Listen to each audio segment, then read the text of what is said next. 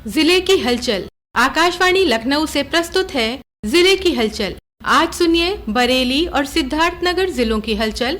पहले सुनते हैं बरेली जिले की हलचल। आलेख और स्वर है नाजिया अंजुम का।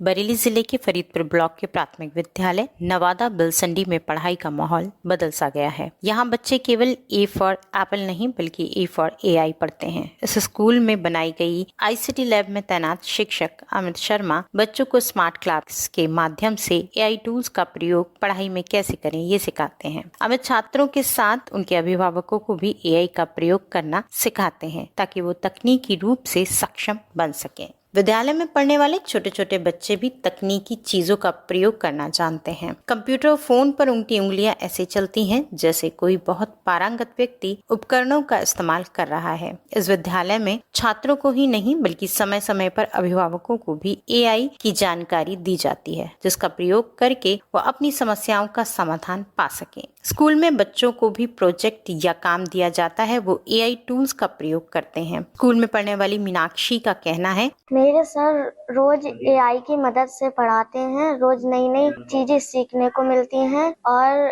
चैट GPT पे भी पढ़ते हैं और इसके बारे में भी पढ़ाते हैं कि इस पे सर्च करना चाहिए। और रीड अलोंग का इस्तेमाल भी मैं करती हूँ, समझ में भी आ जाता है और इससे पढ़ने में बहुत आसानी भी होती है।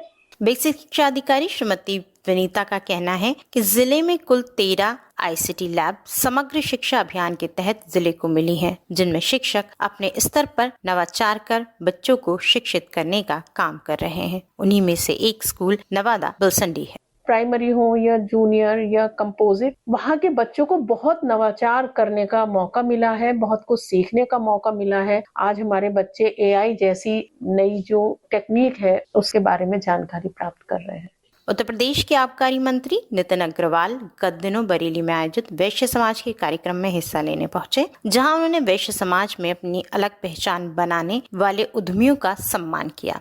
इस अवसर पर उन्होंने वैश्य समाज को राजनीति में अपनी भागीदारी बढ़ाने का आह्वान किया। कार्यक्रम के बाद मीडिया से बात करते हुए उन्होंने कहा कि 1 अप्रैल से प्रदेश को नई आबकारी नीति मिल गई है, नए नियम लागू हो चुके हैं। इसके साथ ही उन्होंने कहा कि जो विपक्ष विकास के मुद्दों को लेकर सवाल उठा रहा है उसका जनता लगातार जवाब दे रही है। उत्तर प्रदेश में 2017 के बाद से बेहतर कनेक्टिविटी और सुरक्षा पर काफी काम हुआ है। इसके साथ ही उन्होंने गैस और पेट्रोल की कीमत के सवाल पर कहा कि देश में गैस और पेट्रोल की कोई भी किल्लत नहीं है। गत दिनों बरेली में ईद का त्योहार पूरी अकीदत और भाईचारे के साथ मनाया गया। कड़ी सुरक्षा के बीच मस्जिदों में सुबह 7:30 बजे से नमाज अदा करने का सिलसिला शुरू हो गया। इसके साथ ही ईदगाह में सामूहिक नमाज दरगाह के सज्जादा नशीन एहसन मियां की सदारत में अदा की गई। ईद के दिन नमाज के बाद लोग एक दूसरे से गले मिलकर ईद की मुबारकबाद दी। इसके साथ ही मिठाइयां भी बांटी। ईद पर जिला प्रशासन और पुलिस प्रशासन की चाक चौबंद व्यवस्था की थी। पर्याप्त संख्या में पुलिस बल बरेली में सुरक्षा के लिए तैनात किया गया। साथ ही साफ सफाई का भी विशेष ध्यान रखा गया।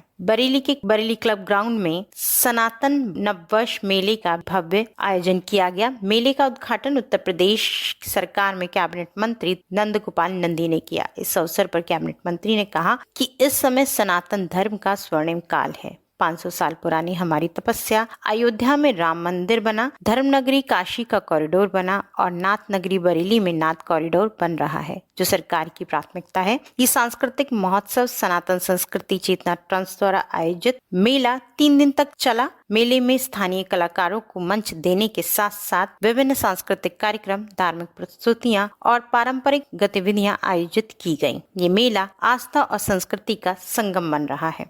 गत दिनों बरेली में the Hindu social service trust द्वारा 80वें होली सद्भावना समारोह का आयोजन किया गया। समारोह का उद्घाटन राज्यपाल झारखंड संतोष गंगवार ने किया और एक दूसरे से गले मिलकर लोगों को होली की शुभकामनाएं दी। इस ऐतिहासिक होली मिलन समारोह की शुरुआत 1945 में बनवारी लाल ने की थी। तब से ये परंपरा चली आ रही है। लोग इस मेला ग्राउंड पर जुटते हैं और एक दूसरे का अभिवादन करते हैं। इस मेले की खूबसूरती ये है कि यहाँ सभी मतों और राजनीतिक दलों के लोग अपने स्टॉल लगाते हैं। इस बार सैकड़ों की संख्या में लोगों ने यहाँ शिरकत की। बरेली जिले की हलचल के बाद आइए सुनते हैं सिद्धार्थनगर जिले की हलचल। आलेख और स्वर है सावन श्रीवास्तव का।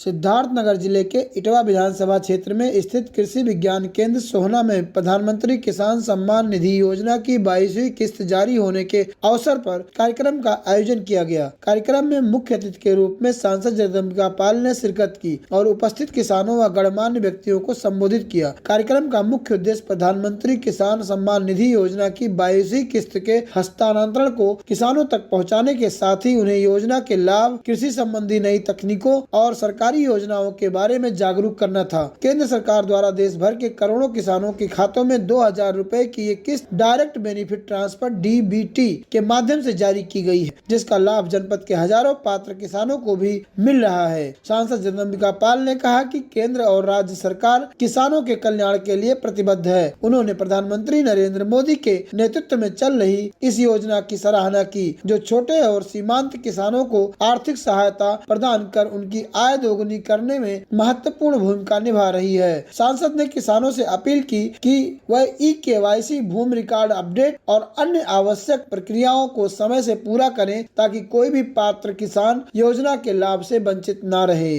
विकसित भारत विजन को लेकर गांव की समस्या गांव में समाधान के तहत शासन के निर्देशानुसार प्रत्येक शुक्रवार को आयोजित होने वाले ग्रामीण चौपाल में जिले के आला अधिकारियों सहित जनप्रतिनिधियों द्वारा मौके पर मौजूद होकर ग्रामीणों की समस्याओं के विषय में जानकारी लेकर उसे दूर किया जाता है और उनके आजीविका से संबंधित योजनाओं का लाभ सुनिश्चित किया जाता है। इसी क्रम में जिले के मिठवल ब्लॉक नचनी में ग्रामीण चौपाल का आयोजन किया गया, जिसमें जिला अधिकारी शिव शरणप्पा GN सहित संबंधित अधिकारी व कर्मचारी और पूर्व कैबिनेट मंत्री एवं स्थानीय विधायक जय प्रताप सिंह कार्यक्रम में सम्मिलित हुए और ग्रामीणों से सीधा संवाद किया और सरकार की योजनाओं के क्रियान्वयन को और उनसे मिलने वाले लाभ के विषय में जानकारी ली। साथ ही संबंधित लोगों को जरूरी हिदायत भी दी। अंतर्राष्ट्रीय महिला दिवस के अवसर पर सिद्धार्थनगर जिले के अंबेडकर सभागार में भव्य कार्यक्रम का आयोजन किया गया। इस कार्यक्रम में सिद्धार्थनगर जिले में नव चयनित 6 मुख्य सेविकाओं को नियुक्ति पत्र दिया गया, जबकि विभिन्न क्षेत्रों में उत्कृष्ट कार्य करने वाली 19 महिलाओं और युवतियों को प्रशस्ति पत्र और उपहार देकर सम्मानित किया गया। इस कार्यक्रम में बतौर मुख्य अतिथि सांसद जगदम्बिका पाल, सदर विधायक श्यामधनी राही, डुमरियागंज विधायिका सैयदा खातून, भाजपा जिला अध्यक्ष दीपक मौर्य व पूर्व मंत्री डॉक्टर सतीश द्विवेदी, जिला अधिकारी शिव शरणप्पा GN, CDO समेत विभिन्न विभागों के अधिकारी, कर्मचारी और बड़ी संख्या में महिलाएं शामिल हुई। कार्यक्रम में मुख्यमंत्री योगी आदित्यनाथ द्वारा अंतर्राष्ट्रीय महिला दिवस पर किए गए कार्यक्रम का सजीव प्रसारण व उनका उद्बोधन दिखाया गया। इस कार्यक्रम को लेकर सांसद जगदम्बिका पाल ने कहा कि केंद्र व प्रदेश में जब से भाजपा की सरकार आई है तब से लगातार महिलाओं को सशक्त करने का कार्य किया जा रहा है। आज देश की महिलाओं को विधानसभा, लोकसभा में 33% आरक्षण दिया जा रहा है, जिससे वह हर क्षेत्र में अग्रसर हैं। इसके अलावा मुख्य सेविकाओं को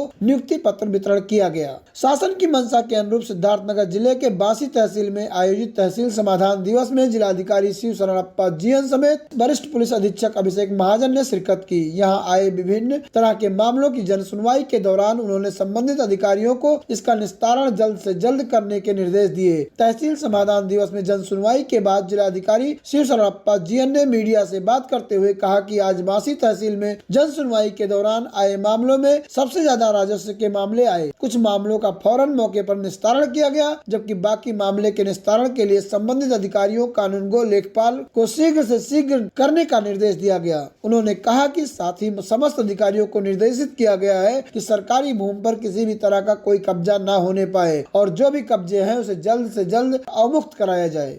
मिशन शक्ति 5.0 के द्वितीय चरण का शुभारंभ सिद्धार्थनगर जिले के पीपल्स इंटर कॉलेज डुमरियागंज में किया गया। जिलाधिकारी एवं वरिष्ठ पुलिस अधीक्षक ने कार्यक्रम का शुभारंभ किया। मिशन शक्ति 5.0 द्वारा महिलाओं की सुरक्षा, सम्मान, स्वावलंबन, स्वास्थ्य और सशक्तिकरण के उद्देश्य से संचालित एक अभियान है। कार्यक्रम में महिलाओं एवं बालिकाओं को उनके अधिकारों, नए कानूनों, साइबर अपराध से सुरक्षा, आत्मरक्षा प्रशिक्षण, सरकारी योजनाओं के लाभ तथा स्वरोजगार के अवसरों के बारे में जागरूक किया। महिला सुरक्षा से जुड़े पंपलेट, हेल्पलाइन नंबरों की जानकारी, आत्मरक्षा प्रदर्शन तथा विभिन्न सरकारी योजनाओं की जानकारी दी गई। जिलाधिकारी शिव शरणप्पा GN ने कहा कि मिशन शक्ति के माध्यम से हर महिला एवं बालिका को सुरक्षित एवं सशक्त बनाने का संकल्प लिया गया है।